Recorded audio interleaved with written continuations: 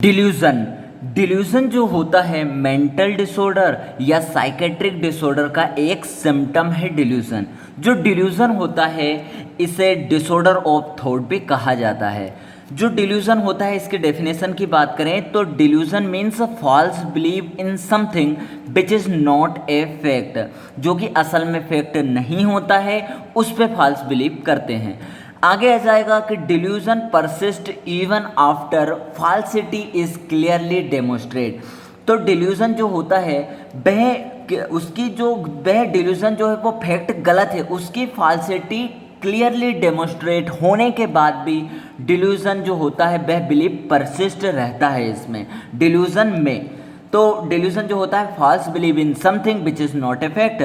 Delusion persist even after the falsity is clearly demonstrate. अब हम delusion के different type की बात कर लेते हैं। सबसे पहले है डिल्यूजन ऑफ ग्रैंडियर और एक्सल्टेशन। जो डिल्यूजन ऑफ ग्रैंडियर होता है इसके बारे में मैं जनरल बता देना चाहता हूँ। यहाँ जो पेशेंट होता है, यहाँ इस डिल्यूजन में जो पेशेंट होता है वह ये सोचता है कि वह बहुत सुपीरियर है, बहुत ग्रेटनेस है, वह श्रेष्ठ है, महान है, इंटेलिजेंस है और उसकी बहुत ज़्यादा सेल्फ रिस्पेक्ट है। वह जो होता है वह अपने आप को बहुत ही इम्पोर्टेंस देता है कि वो किसी वर्क में बहुत ज़्यादा इम्पोर्टेंट पर्सन है, जबकि असल में यह इसके बिल्कुल विपरीत होता है।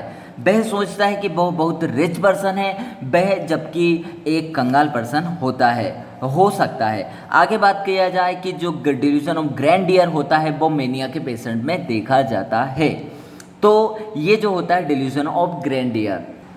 Delusion of persecution. जो डिल्यूजन ऑफ परसिक्यूशन होता है उसे पैरानोइड डिल्यूजन भी कहा जाता है। इस डिल्यूजन में क्या होता है, जो पेशेंट होता है वह फॉल्स बिलीव करता है कि उसके जो रिलेटिव होते हैं, उसकी वाइफ होते हैं, सन होते हैं, उसके पेरेंट जो है उसे मारना चाहते हैं, उसको पॉइजनिंग करना चाहते हैं, उसे पॉइजन यूज़ करके उसे मारना चाहते हैं, ऐसा ये फॉल्स बिलीव करता है।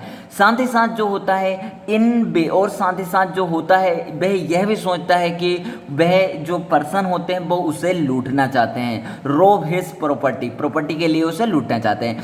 तो जो ये इस प्रकार का डिल्यूजन यदि किसी को होता है तो वह सुसाइड भी कर सकता है, साथ ही साथ वह फैमिली मेम्बर को किल भी कर सकता है और बे इनोसेंट पर्सन जो कि उसके लिए जिम्मेदार मासूम पर्सन जो होते हैं जिसने अपराध नहीं किया होता है वह सेल्फ डिफेंस में उन्हें भी मार सकता है। तो इस प्रकार के डिल्यूजन में, और ये जो डिल्यूजन ऑफ परसिक्यूशन होता है वह मोस्ट कॉमन देखा जाता है। अब डिल्यूजन ऑफ रेफरेंस की बात करते हैं। जो डिल्यूजन ऑफ रेफरेंस होता है इसमें जो पेशेंट को डिल्यूजन इस तरह से फॉल्स बिलीव होता है कि सभी उसको रेफरेंस दे रहे हैं, इररिलेवेंट अकरेंस, जो कि फालतू की जो बातें होते हैं उनमें भी वो समझता है कि भाई जो सब उसे ही अपना रेफरेंस दे रहे होते हैं। यदि कोई हंस भी रहा है तो उसे लगता है कि वे उसके ऊपर हंस रहे हैं। ये डिल्यूजन ऑफ रेफरेंस होता है। हर चीज़ में ये नेगेटिव मैनर में इसके बारे में सोचता है। ही believe that he is being referred by all agency, सभी मीडिया या फिर सभी पर्सन उसे अपना रेफरेंस दे रहे हैं, उसे रेफरेंस दे रहे हैं। Around him all matter. Usually ये जो रेफरेंस होता है वह नेगेटिव नेचर का होता है। आगे बात की जाए हाइपोकॉन्ड्रियल डिल्यूजन।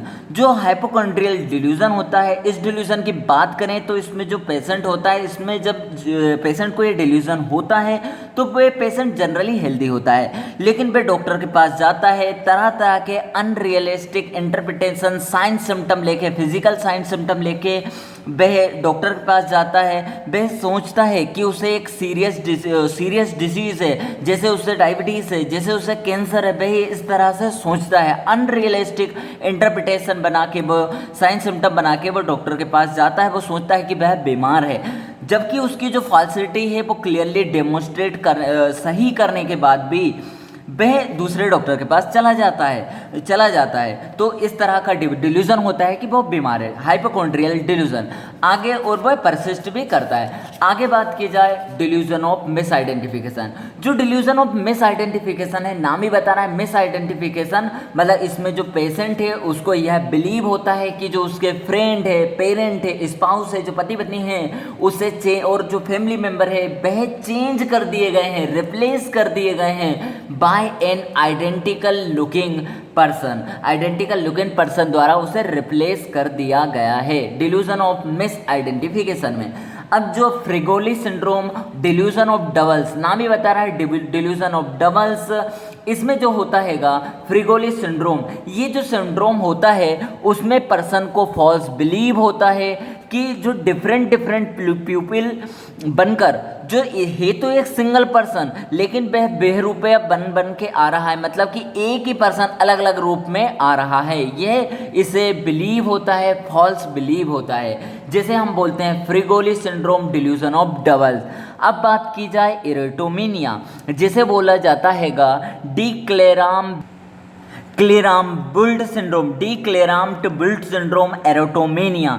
यहाँ पर जो पर्सन होता है उसे फॉल्स बिलीव होता है कि जो अनदर पर्सन होता है, इसके अगर अपन जनरली बात करें तो ये जो एरोटोमेनिया होता है जनरली वुमेन में देखा जाता है, मोर कॉमन। यहाँ जो वुमेन होती है उसे फॉल्स बिलीव होता है कि कोई अनदर पर्सन जो होता है, जो कि generally another person higher social status का होता है, वो उससे लव करता है, उससे प्यार करता है, इस वुमेन को यह लगता है, और वो इसी चक्कर में वो क्लोज आने की कोशिश करती है, ट्राई करती है क्लोज आने का, वह तरह तरह के तरीके अपनाती है, जैसे वह telephone call, email, letter, gift, visit, तरह तरीके से वह इसको क्लोज आने की कोशिश करती है।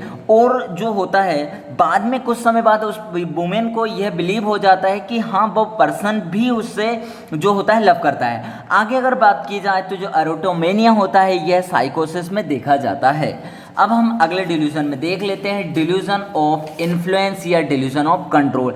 इसमें जो पेशेंट होता है उसे फॉल्स बिलीव यह होता है कि कोई बाहरी एजेंसी इसे कंट्रोल कर रही है, उसके थॉट को, उसके एक्ट को, उसके इमोशन को, बाहरी चीज उसे कंट्रोल कर रही है, कोई इन्फ्लुएंस है, कोई कंट्रोल कर रही हैं बाय एक्सटर्नल पावर से, उसकी थॉट, एक्ट और इमोशन कंट्रोल हो रहे हैं। लाइक कुछ बात करें एक्सटर्नल पावर, जैसे रेडियो से कंट्रोल कर रहा है, हिप्नोटिज्म और टेलीपैथी जो होती है वो इसे कंट्रोल करती है। अब अगर अब बात की जाए तो ये जो होता है कि इनके थ्रू जो कमांड, अगर इनके थ्रू इन्हें कमांड मिलती है तो ये अनलॉफुल एक्ट भी कर सकते हैं।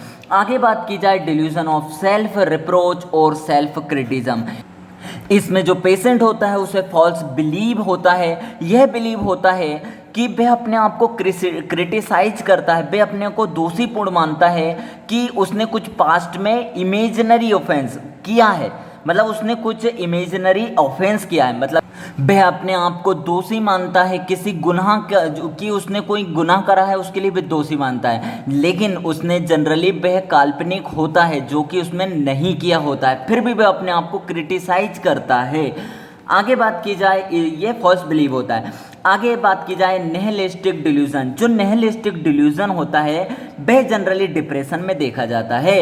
इस डिल्यूजन में जो पर्सन होता है वो फॉल्स बिलीव करता है, वह मानता है कि वह उसका एग्जिस्टेंस है, वह ये मानता ही नहीं कि उसका एग्जिस्टेंस है, और जो अर्थ पे कोई मैटर का एग्जिस्टेंस है कुछ भी नहीं है, उसे यही लगता है।